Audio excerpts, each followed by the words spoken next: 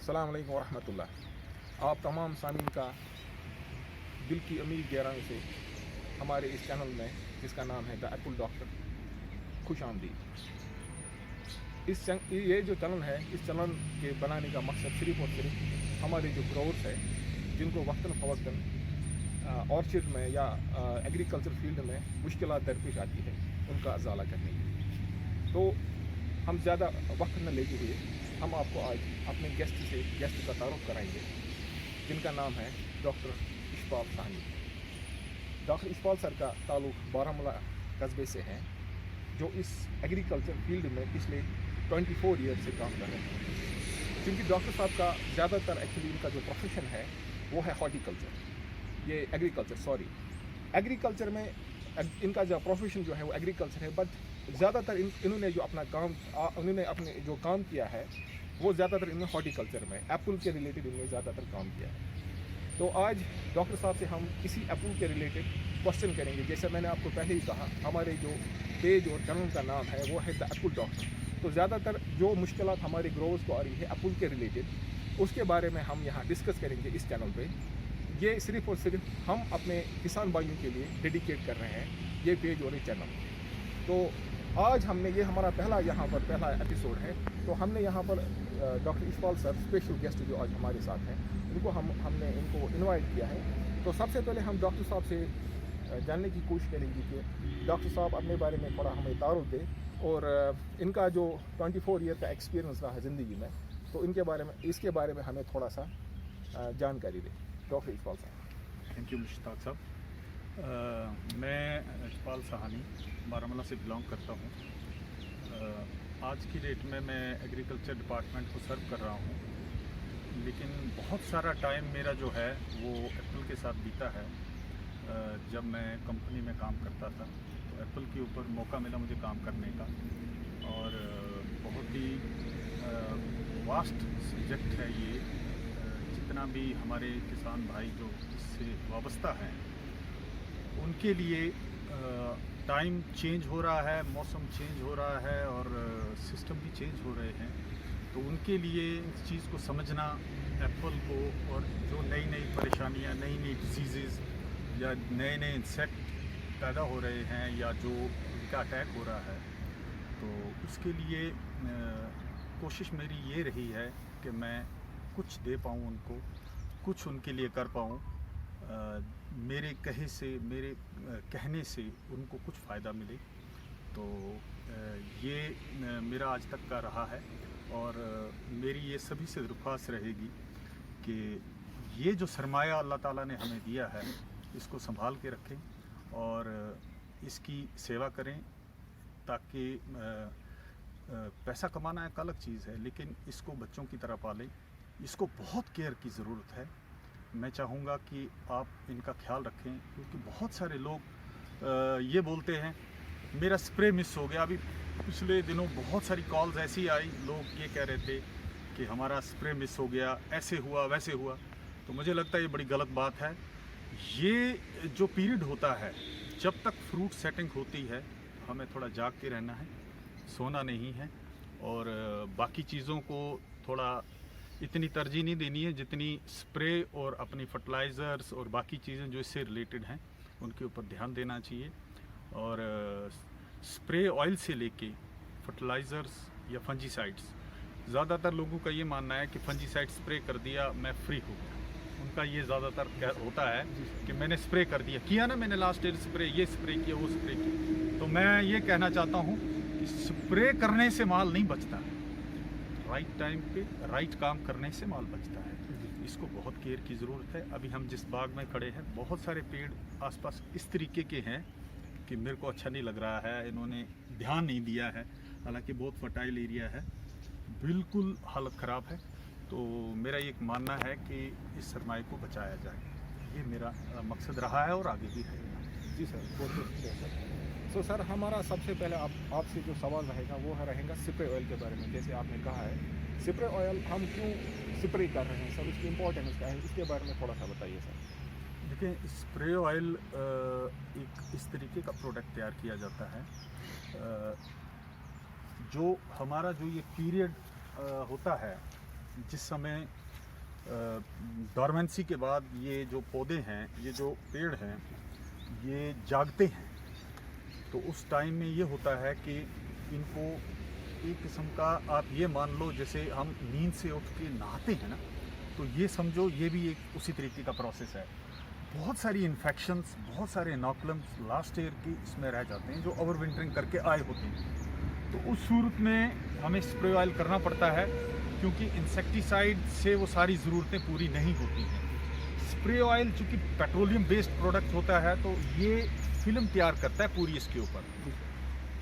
ये आप देखें, ये जो सारा इन्होंने केयर नहीं की है, तो इसके अंदर बहुत सारे इंसेक्ट्स, उनके एग्स या डिजीज़, उनके इनोकुलम्स इसके अंदर रहते हैं। तो स्प्रे ऑयल से एक कम्प्लीटली इसको कवर मिलता है, जिससे क्या होता है कि ये आगे के लिए बिल्कुल तैयार हो जाता है।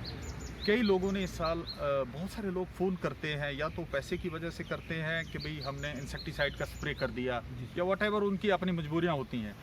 लेकिन इंसेक्टिसाइड कोई भी ऐसा इंसेक्टिसाइड नहीं है जो सभी चीज़ों को मार सके। फ़र्ज़ करो मैंने एक इंसेक्टिसाइड का स्प्रे कर दिया और मेरे यहाँ माइट का अटैक है, जिस एरिया में हम खड़े हैं यहाँ माइट का बहुत बड़ा अटैक होता है। तो उस सूरत में इंसेक्टिसाइड अगर मैंने क्लोरो का स्प्रे कर दिया, क्विनल का कर दिया, या मैंने डाइमिथाइड का किया, तो उस सूरत में वो काम ही नहीं करेगा, क्योंकि उसने इंसेक्ट्स मारने हैं। और सारे प्रोडक्ट्स ओविसाइडल नहीं होते, वो अंडों को नहीं मारते, इंसेक्ट को मारेंगे। तो इसका मतलब वो फजूल हुआ। तो माइट पे उसने क्या किया? कुछ भी नहीं किया। तो माइट को कंट्रोल करने के लिए फिर उसको अलग से स्प्रे करना है। फिर इंसेक्ट्स इस समय कोई प्रेजेंट नहीं होगा, जिस समय वो स्प्रे ऑयल करते हैं इंसेक्ट तो होता ही नहीं है। तो एग्स होते हैं, तो क्लोरो मैंने मार दिया तो उसका ओविसाइडल इफेक्ट ही नहीं है, तो कहाँ से वो उसको मार देगा? तो वो फिजूल है। सिर्फ दिल की तसल्ली है कि हमने ये कर दिया। स्प्रे ऑयल करना बहुत ही ज़्यादा ज़रूरी होता है। स्प्रे ऑयल में इस तरीके के कंटेंट्स होते हैं कि इसका फ़ायदा हमें मैनीफोल्ड मिलता है, हमें एक तरह का फ़ायदा नहीं मिलता। तो ये स्प्रे ऑयल का जो काम था। हाँ जी सर।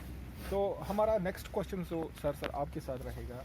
आप हमें बताइए, स्प्रे ऑयल के बाद जो लोग स्प्रे कर रहे हैं, जैसे उन्होंने कुछ लोगों ने स्प्रे ऑयल मिस किया है सर, कुछ लोगों ने इवन के इंसेक्टिसाइड जैसा आपने कहा है उन्होंने स्प्रे किया है, इवन की इंसेक्टिसाइड प्लस उन्होंने फंजीसाइड भी उसके साथ मिलाया है सर। तो मेरा ये नेक्स्ट क्वेश्चन आपके लिए ये रहेगा सर कि अब स्प्रे ऑयल के बाद जिन्होंने स्प्रे पहले मिस किया है या जिन्होंने किया है स्प्रे, तो ये दोनों कौन सा फंजीसाइड स्प्रे कर सकते हैं सर? और ये depends on the weather condition also.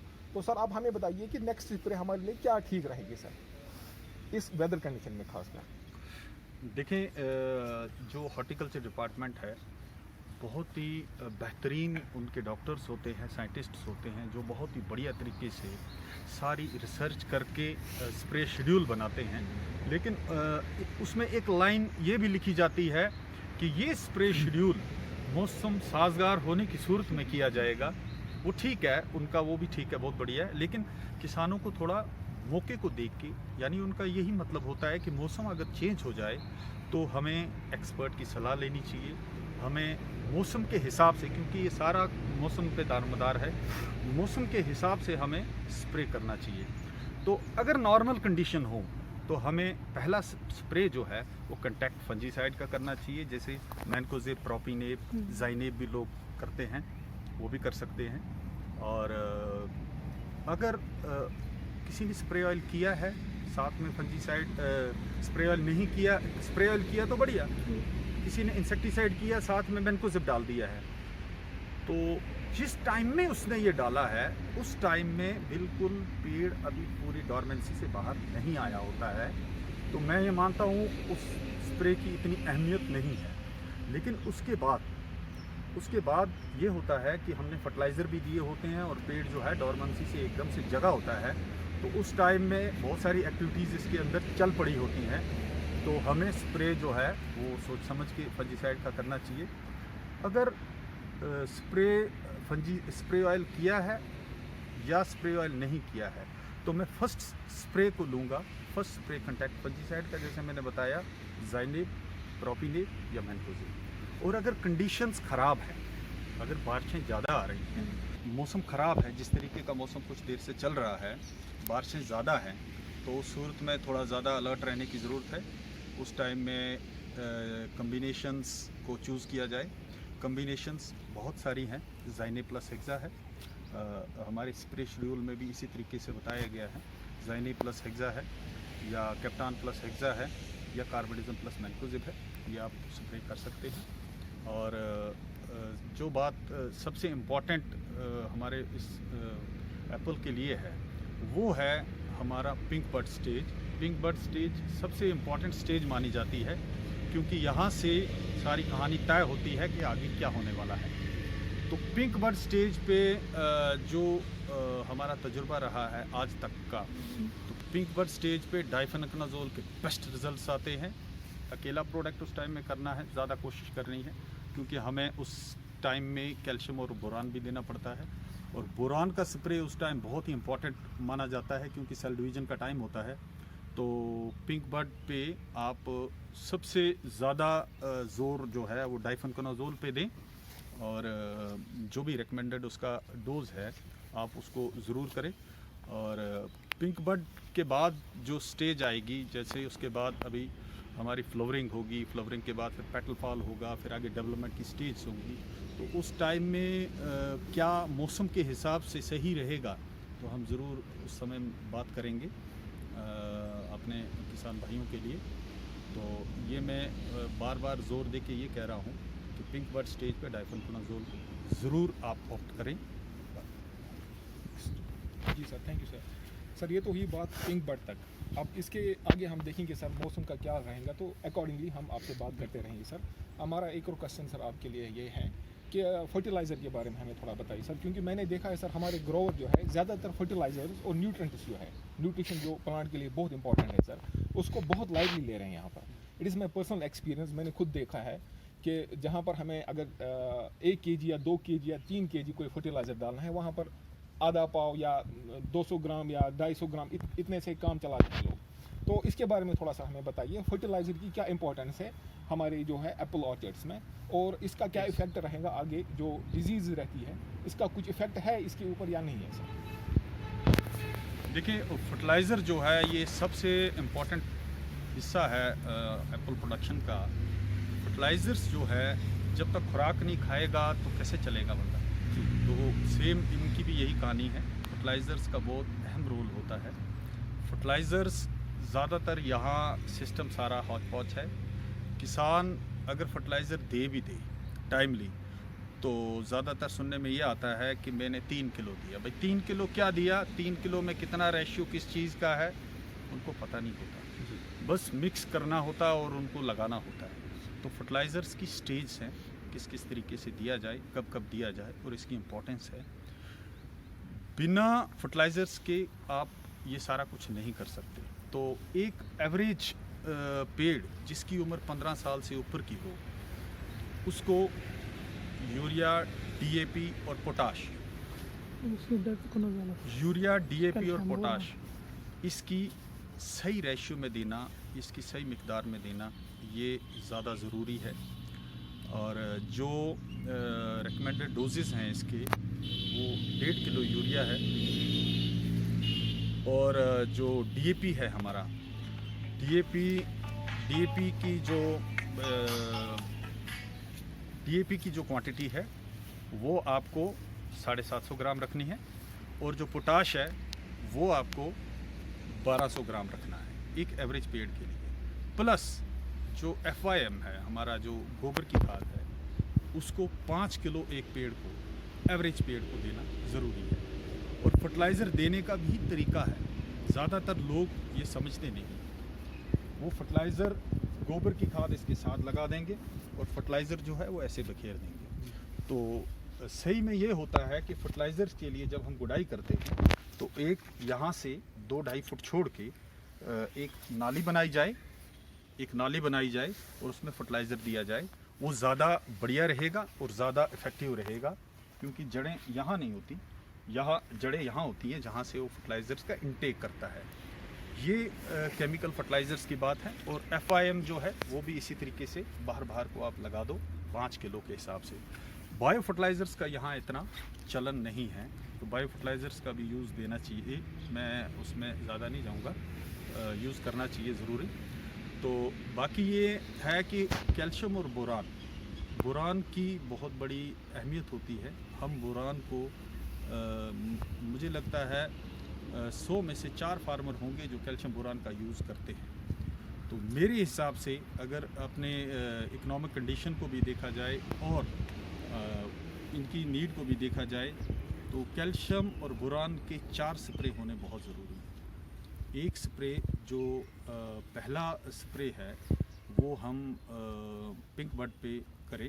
जो पिंक बड का स्प्रे होता है फंजीसाइड स्प्रे, उसके 2 दिन आगे कर लें या 2 दिन पीछे कर लें, लेकिन ज़रूर करें। कैल्शियम बोरान की बहुत ही ज़्यादा अहमियत होती है। तो मैं ये चाहूँगा कि लोग इस चीज़ को एक बार, अगर सारे बाग में नहीं कर सकते जिन्होंने पहली बार करना है, तो उनको एक साइड लेके एक बार ट्राई ज़रूर करना चाहिए कि इसका स्प्रे ज़रूर करना चाहिए। मार्केट के अंदर बहुत सारे कम्बिनेशंस अवेलेबल हैं, तो एक बार इनको ज़रूर ये चीज़ देखनी चाहिए। जी सर, ये तो हुई फर्टिलाइजर की बात सर। तो मेरे जहन में एक क्वेश्चन आया सर, जैसे आपने भी कहा था डाइफिकोनोजॉल जो है हमें पिंक बड पे करना चाहिए, उसके बेस्ट रिजल्ट आते हैं पिंक बड सर। इसके साथ हम कुछ कंबाइन कर सकते हैं कोई मेडिसिन, जैसे आपने कहा कैल्शियम बोरान। क्या कैल्शियम बोरान हम डाइफिकोनोजॉल जो है उसके साथ मिक्स करके स्प्रे कर सकते हैं? देखें, बिल्कुल कर सकते हैं। अगर मैं इसको ऑफिशियली कहूँ तो हम कह नहीं सकते इस तरीके से, लेकिन होता है जी। अगर मैं ये कहूँगा कि इसको आप मिक्स कर लो तो एक गलत मैसेज भी जाएगा, क्योंकि कैल्शियम बोरान जब हम डाइल्यूट करते हैं तो उस समय में क्या होता है, टेम्परेचर बहुत राइज होता है। लोग कई ये भी करते हैं कि फंजीसाइड और इसको इकट्ठा यूज़ कर लेंगे, तो वो गलत रहेगा कहना। मैं ये चाहूँगा कि वो 2 दिन आगे या पीछे का दिन कर लें, वो ज़्यादा बेहतर है। तो मैं इसको इस पे नहीं कहना चाहूँगा ताकि एक गलत मैसेज ना जाए। कैल्शियम बोरान 2 दिन पहले कर लें, बहुत बढ़िया है, और 2 दिन के बाद भी कर सकते हैं, उसमें कोई दिक्कत नहीं है। लेकिन करें ज़रूर पिंक बड पे, क्योंकि उस टाइम सेल डिवीज़न के लिए ये बहुत ही ज़रूरी होता है। और मिक्स करने वाली जो बात है वो हम इस तरीके से नहीं कह सकते मिक्स कर लें आप, वो भी कंपैटिबिलिटी है या नहीं है वो एक अलग इशू है। तो ये मैं कहना चाहूँगा। जी सर। सर आप हमें बता सकते हैं सर, जैसे हमारे पीछे जो ये पेड़ है सर, तो इसका पिंक बड का स्टेज अभी आया है सर, जैसे आप देख सकते हैं। पिंक बड हम किसको कहेंगे सर? इसका आप थोड़ा जूम करके। जी, तैयारी है जी।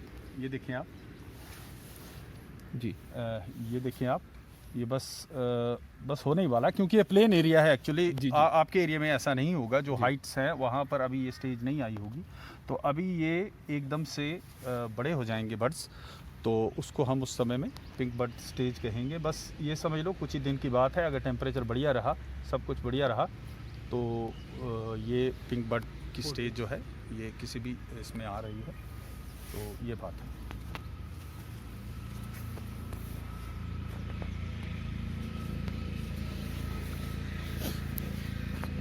Okay sir. जी इकबाल सर, आपका बहुत बहुत शुक्रिया। तो आज हमने यहाँ पर कुछ डिजीज़ के बारे में, या इकबाल सर ने हमें बताया है कि HMO जो ऑयल हमने स्प्रे किया या TSO जो किया है उसकी इम्पोर्टेंस क्या है, उसके बाद हमें क्या स्प्रे करना चाहिए। It depends on weather conditions also. So according to that हम आगे देखेंगे कि कौन कौन सी स्प्रे हमें करनी चाहिए। और जो हॉर्टिकल्चर का शेड्यूल है वो हमारे पास है, बट वेदर कंडीशन जो आपको पता है कश्मीर में चेंज होती रहती है, तो हम इकबाल सर आपको आगे भी जहमत देते रहेंगे। बिल्कुल। तो आपका टाइम हमारे लिए बहुत प्रीशियस है सर। आगे भी हमें इस पे बात करनी है, कैसे कौन सी स्प्रे करनी चाहिए, जो डिजीज़ हमें हमारे ग्रोथ को जो आगे फेस करनी पड़ती है सर, उसके बारे में भी हम आगे आपसे बात करेंगे सर। आपका बहुत बहुत शुक्रिया सर, बहुत बहुत शुक्रिया। Thank you sir.